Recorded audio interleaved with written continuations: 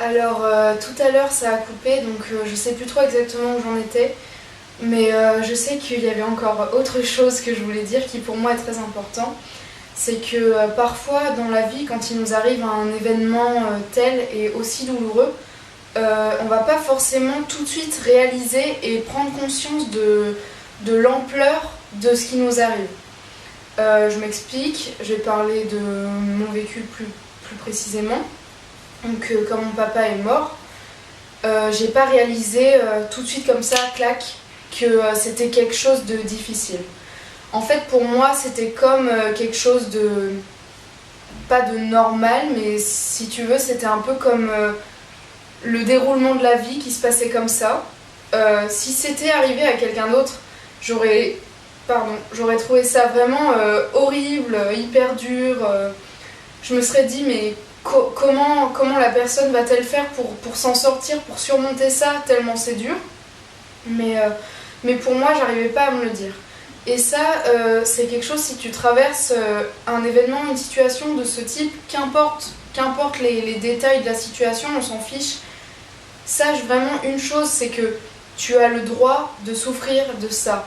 Et autorise-toi à souffrir de ça. Et même tu peux le dire aux autres, c'est pas un prétexte, tu vois, mais c'est que tu as le droit d'en souffrir. Très clairement, t'as le droit. Tu as le droit d'être pas bien pour ça, ou même tu as le droit d'être pas bien sans raison, mais souvent en fait des fois, je me rappelle il y avait des périodes j'étais vraiment mal, et les gens ils venaient me voir, ils me disaient mais qu'est-ce que t'as et tout, qu'est-ce qui t'arrive. Et je sais pas, quand ça fait par exemple un an ou plus d'un an que c'est arrivé, que la personne elle est morte, dire à la personne bah mon père est mort, alors que ça fait plus d'un an, la personne, enfin généralement ils comprennent pas les gens. Pour eux en fait il faut que ce soit tout de suite maintenant qu'il y a un problème. Mais t'as le droit d'en souffrir pendant X temps après, t'as le droit d'en souffrir 10 ans après. Euh, voilà. Moi, ce qui m'a aidé pour vraiment faire mon deuil, c'est une grande part d'acceptation et c'est retrouver l'apaisement et une certaine harmonie. C'était voilà, plus me poser, donc déjà arrêter d'avoir la haine envers les gens, arrêter d'avoir la haine envers moi, arrêter d'avoir la haine envers mon père. Bon, quand je te dis ça, j'étais pas spécialement dans la haine tout le temps, mais t'as toujours des sentiments des fois qui se mélangent et tout, des émotions. C'est un peu le foutoir parfois et c'est pas toujours très positif, pas toujours très sain. Donc c'était un peu essayer de retrouver voilà, une base plus saine, plus voilà, je suis là, je suis Aurélie, je suis comme ça, j'ai vécu ça. J'accepte le fait d'avoir vécu ça, j'accepte le fait d'en avoir souffert. J'accepte le fait d'en souffrir encore maintenant et d'en souffrir encore à l'avenir. Voilà, maintenant j'accepte ce vécu-là. Et voilà, faire un peu cette démarche-là et faire la paix en fait. Comme serrer la main, là, je fais avec moi-même, mais faire la paix, faire des câlins, être dans une démarche plus bienveillante, une démarche d'amour en fait. D'amour de façon globale envers un peu tout le monde. Ça, c'est vraiment moi ce qui m'a aidée. Et aussi le fait que je suivais une thérapie, je pouvais m'exprimer, comme je disais tout à l'heure, que c'était pas forcément facile pour moi d'en parler à des gens de mon âge. Bah, lors de ma thérapie, je pouvais dire ce que je voulais sans langue de bois, sans jugement. Je pouvais parler de thèmes variés. Parfois, c'est difficile d'en parler autour de soi. Après, j'ai eu beaucoup de chance parce que ma mère est quelqu'un qui parle beaucoup. Qui dit les choses quand ça va pas, elle le dit, et moi aussi, et du coup on pouvait vraiment avoir aussi cet espace de parole là, et les deux en fait ça a fait un peu comme un équilibre et ça m'a aidée. Et après il y a aussi un truc, ça peut paraître bête, mais il faut laisser du temps au temps. En tout cas pour moi il m'a fallu un certain temps aussi pour accepter ça et pour voilà passer à autre chose. Alors aussi parfois j'entends des gens qui me disent qu'ils ont vraiment peur soit de mourir eux-mêmes, soit ils ont peur qu'un membre de leur famille meure. Et je pense qu'il faut vraiment relativiser cette peur. Après, peut-être que pour moi, c'est plus simple de dire ça parce que je considère qu'en fait, notre vie, notre présence sur Terre dans cette vie-là, je dis bien dans cette vie-là, c'est qu'un passage, c'est qu'une étape. et qu'après on continue notre chemin. Donc c'est sûr, il y a énormément de gens qui pensent pas comme ça, qui voient pas les choses comme ça, donc c'est sûr, après chacun a sa vision de la vie. Moi, pour moi, c'est une énième vie que je suis en train de vivre maintenant en tant qu'Aurélie, là, dans le présent, à cet endroit et tout. C'est peut-être une énième incarnation de mon âme. Enfin voilà. Et du coup, quand on voit les choses de cette façon-là, on se dit que la mort, en fait, c'est qu'une étape de la vie. Et par rapport à ça, j'aimerais te partager un petit texte très court. C'est un texte écrit par Khalil Gibran, un auteur libanais, fin 19e, début 20e, voilà, pour te situer un peu. Et il a écrit un livre, à mon avis c'est son ouvrage, son œuvre la plus célèbre, qui s'appelle Le Prophète. Donc il l'a écrit en anglais, mais là je vais te lire l'extrait traduit en français. Et en fait, dedans, si tu veux, c'est un livre que tu peux aussi feuilleter comme ça. C'est l'histoire d'un prophète, donc on imagine, enfin du moins, moi c'est ce que j'en ai compris, après il y a peut-être diverses interprétations, mais pour moi c'est un peu comme le vieil homme sage du village, qui, il me semble, il va quitter son village, si ma mémoire est bonne, ça fait longtemps que je ne l'ai pas lu. Et en fait, avant de quitter son village, il réunit tout le monde et il dit voilà, je vais partir, mais si vous avez des questions, venez vers moi et je vais y répondre. Et donc là, c'est l'avant-dernier chapitre du livre avant l'épilogue, il me semble. Et ça s'appelle donc La mort. Donc je vais le lire. Là, je l'ai sur mon téléphone sur internet, parce que le livre, il est pas ici, là, je peux pas le lire directement sur le livre. Enfin. Donc c'est parti. Il y a une villageoise qui s'approche et qui pose sa question, et ensuite le prophète répond. Puis elle mitra par là, disant: nous voudrions vous interroger au sujet de la mort. Et il répondit: vous voudriez connaître les secrets de la mort.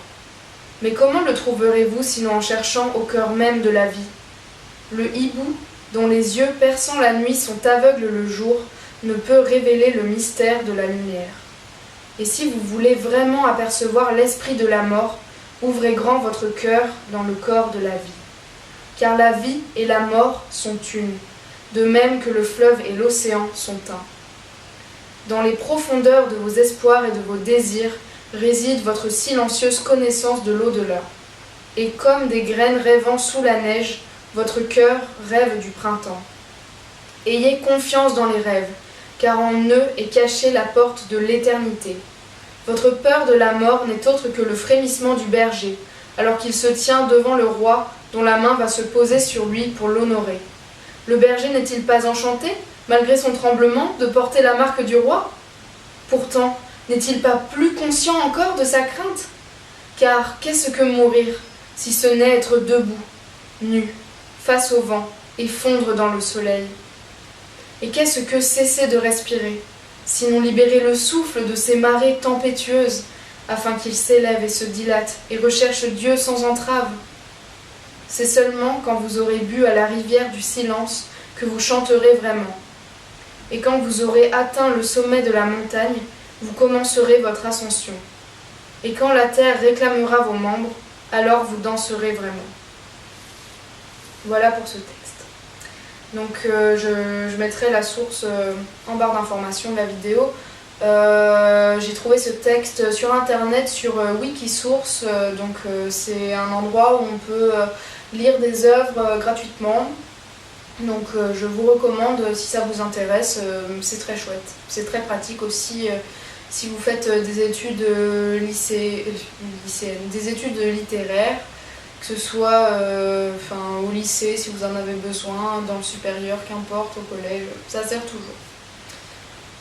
Donc voilà, ce texte, il peut nous apprendre beaucoup de choses, il peut être interprété, chacun peut l'interpréter comme ça résonne en lui, et si ça résonne pas, voilà, tant pis. Donc je vais pas en dire plus sur ce texte, je te laisserai le rechercher toi-même ou repasser ce passage de la vidéo si tu veux l'écouter plusieurs fois ou le lire de toi-même ou lire tout le livre. Et je vais te laisser interpréter comme tu as envie, je vais pas en dire plus. Voilà. Sinon, ce que je voulais aussi dire sur la mort, sur le deuil, c'est que clairement, si tu traverses ça, si tu connais des gens qui traversent ça, c'est pas simple en fait. C'est pas simple parce que c'est facile d'être maladroit, Moi je me rappelle quand ça m'est arrivé, mes amis ils savaient pas du tout comment être avec moi parce que ça leur était jamais arrivé, ils s'étaient pas confrontés à ça et du coup c'est super dur quoi, t'as toujours le moment un peu malaisant du style toutes mes condoléances et toi t'es là, ouais ok, toutes mes condoléances, cette phrase est toute faite, ça ne veut rien dire, je m'en fous, enfin c'est un peu violent mais voilà. Et du coup c'est difficile, en fait c'est difficile parce que chacun, déjà toutes les morts sont différentes et chaque personne, chaque être va réagir différemment face à chaque mort. Donc c'est difficile en fait. Je pense que moi la clé c'est l'expression, s'exprimer, la communication. Si je sais pas, t'es avec une personne qui vit un deuil actuellement, tu sais pas comment t'y prendre avec elle, bah demande-lui. Après je sais qu'il y a des gens qui aiment pas s'exprimer, qui aiment pas parler, qui gardent tout en eux comme ça.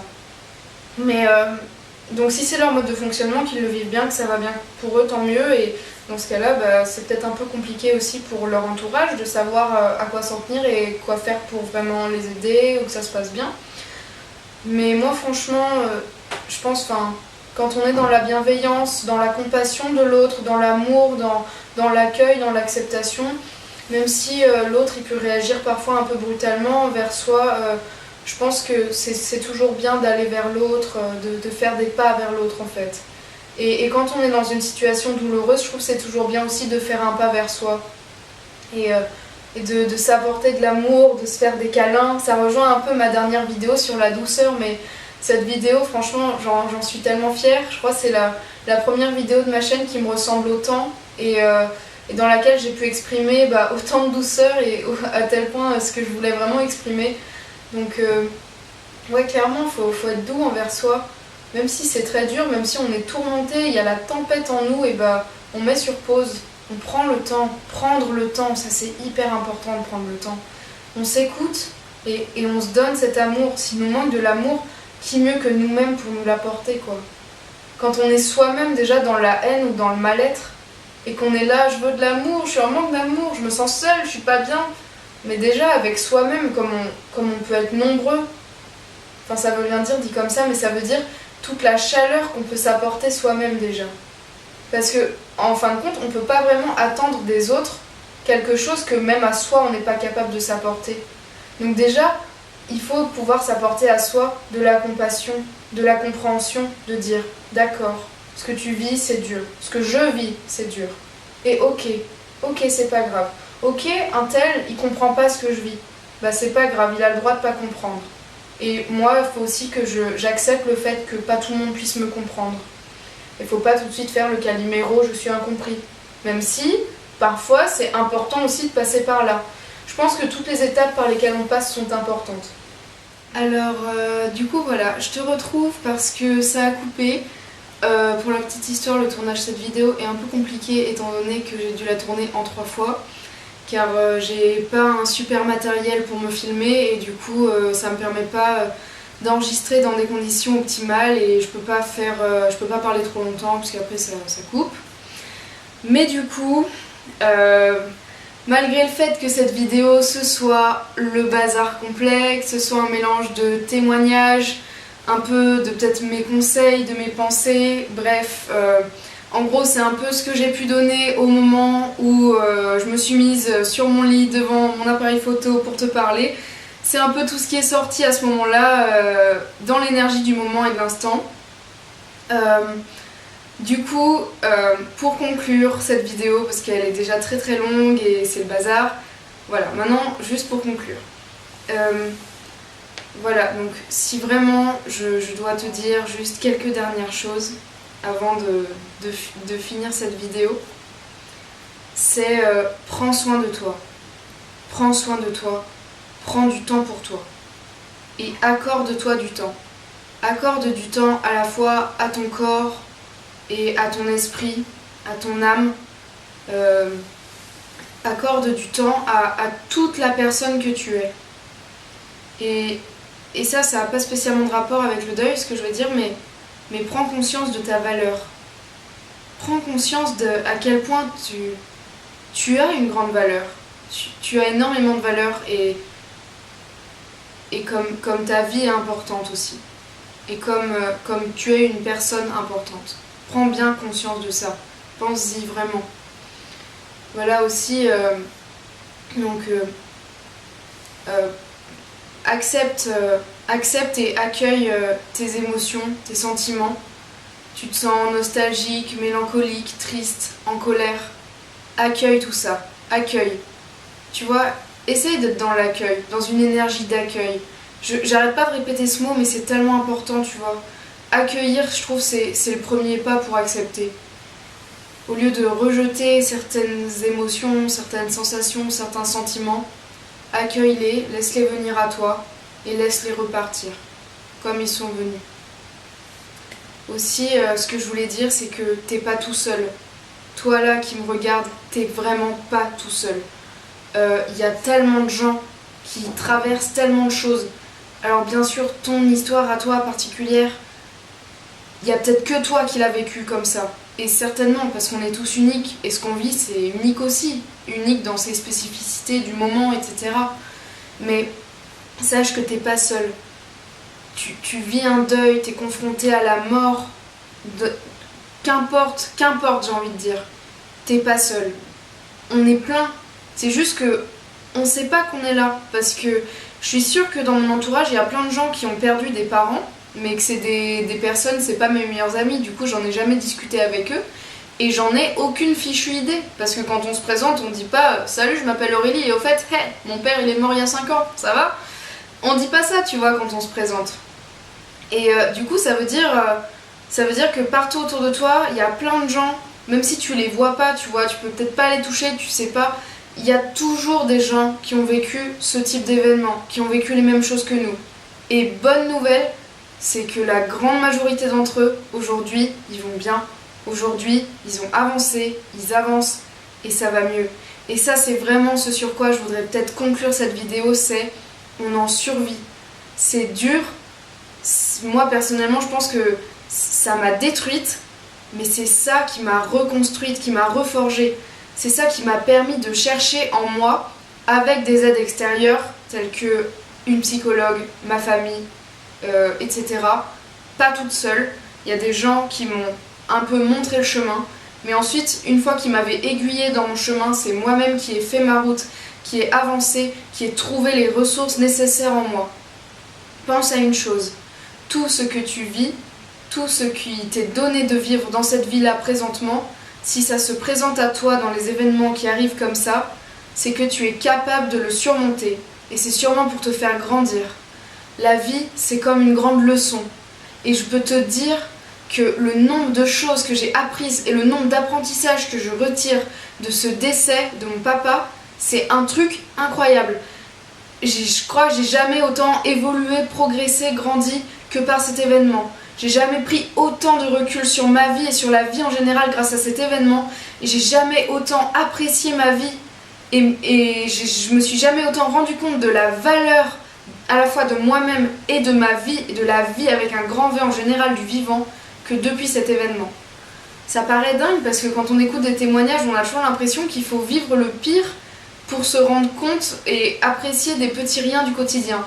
Je dis pas que c'est une généralité, je dis pas que tout le monde passe par là, chacun son chemin, tu vois. Mais moi je sais qu'il m'a été donné de vivre ça. Je pense que peut-être avant de m'incarner dans cette vie sur Terre, j'ai signé sûrement un contrat pour dire c'est d'accord, je vivrai ça, ça va être un choc terrible dans ma vie, mais c'est d'accord, pas de problème, j'accepte de le vivre. Parce que vu tout ce que ça m'a apporté aujourd'hui et vu où j'en suis maintenant, je peux te dire que même si ça a été terrible pour ma famille et moi, et bah maintenant on est tous debout, on est tous sortis vivants, fortifiés et heureux quoi, tu vois. Et tout ce que ça nous a apporté, et là je parle aussi au nom de ma famille, mais c'est tellement vrai, on est trop fort quoi, tu vois. Et je dis pas ça en mode on a gagné la Coupe du Monde ou quoi, mais c'est vraiment on est fort. Et c'est beau, tu vois. C'est beau d'être au plus mal et d'arriver ensuite à tirer les enseignements de ce malheur-là pour ensuite s'élever. C'est ça qui est beau. Donc je vais te laisser sur toutes ces plus ou moins belles paroles. Je te laisse, je stoppe ici le gros fouillis général. Mais peut-être qu'au milieu de toutes ces informations, de tout ce mélange, de tout ce bazar, peut-être que t'auras su, peut-être que tu seras senti compris ou comprise, Peut-être que ça aura pu t'aider dans ta démarche. Peut-être que ça aura pu t'aider à faire un chemin aussi, toi aussi. Et c'est vraiment dans ce but-là que je fais cette vidéo. C'est pas dans l'étalage de vie. Parce que clairement, cette histoire-là, mon histoire, j'ai déjà raconté à des tonnes de gens. Je la connais par cœur. J'ai pas besoin de la raconter et de la mettre sur YouTube pour que moi, ça aille mieux dans ma vie. Ça, c'est acquis, c'est acté, c'est accepté, c'est bon. Ça fait plus partie de mes préoccupations actuelles dans mon chemin. C'est bon, c'est derrière. Donc si vraiment je le fais, c'est pour toi, quoi. Je sais pas qui pourra tomber sur cette vidéo, mais internet c'est très vaste. De clic en clic, tac tac tac. T'es pas bien, tu tapes mort, deuil, les mots-clés, on sait pas, recommandation YouTube. Si tu tombes dessus, c'est peut-être aussi que ça peut t'aider et qu'il y a un signe. Donc voilà. N'hésite pas, si t'as le cœur lourd, t'as des choses à dire. Les commentaires, les commentaires, les commentaires.